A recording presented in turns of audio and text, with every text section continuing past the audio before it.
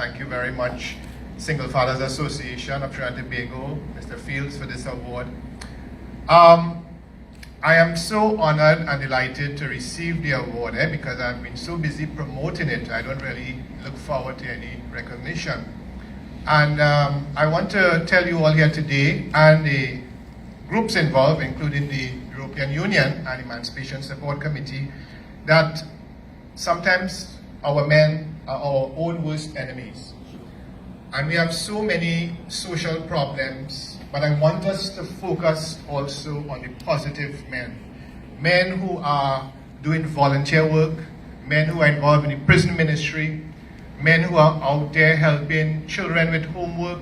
I want to also acknowledge a lot of the men who have been helping our citizens during the recent flooding.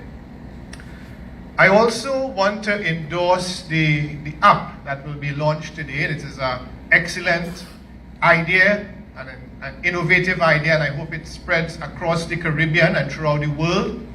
And I also want to suggest some changes that the single fathers might want to put on the agenda for next year. And we certainly want to ensure that there is something known as paternity leave.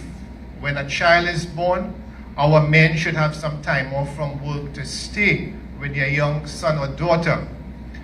I also want to suggest that when a child is born, that the father is there in the hospital. When my daughter was born 3 years ago, I haven't told anybody this, so you will have to make it public. I was there in the delivery room, and I was the first one to hold my daughter, not my wife. I was the first one to hold my daughter, and that moment is priceless. It is an important bonding time, a psychological, emotional, spiritual bonding time. And I want to suggest too that even those men who are in prison and who might be able to get leave, of course under heavy security, to be at that hospital, to hold their child or their children, it is something amazing, and it is something so important for parenting. Here, now this was a private hospital. I am not sure about the policies in the public hospitals, but even the public hospital should have that policy, should have a procedure where we allow fathers in that delivery room. It says something. It says something about parenting, and it puts fatherhood on an important, vital step. And I think this is what we need. We have so many good fathers out there who sometimes miss out on those important moments in their sons and daughters' lives.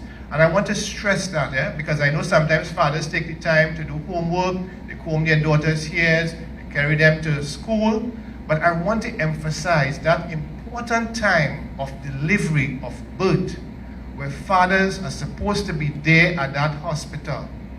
They were there for conception, and they should be there for delivery. Right? So I want to thank you all again.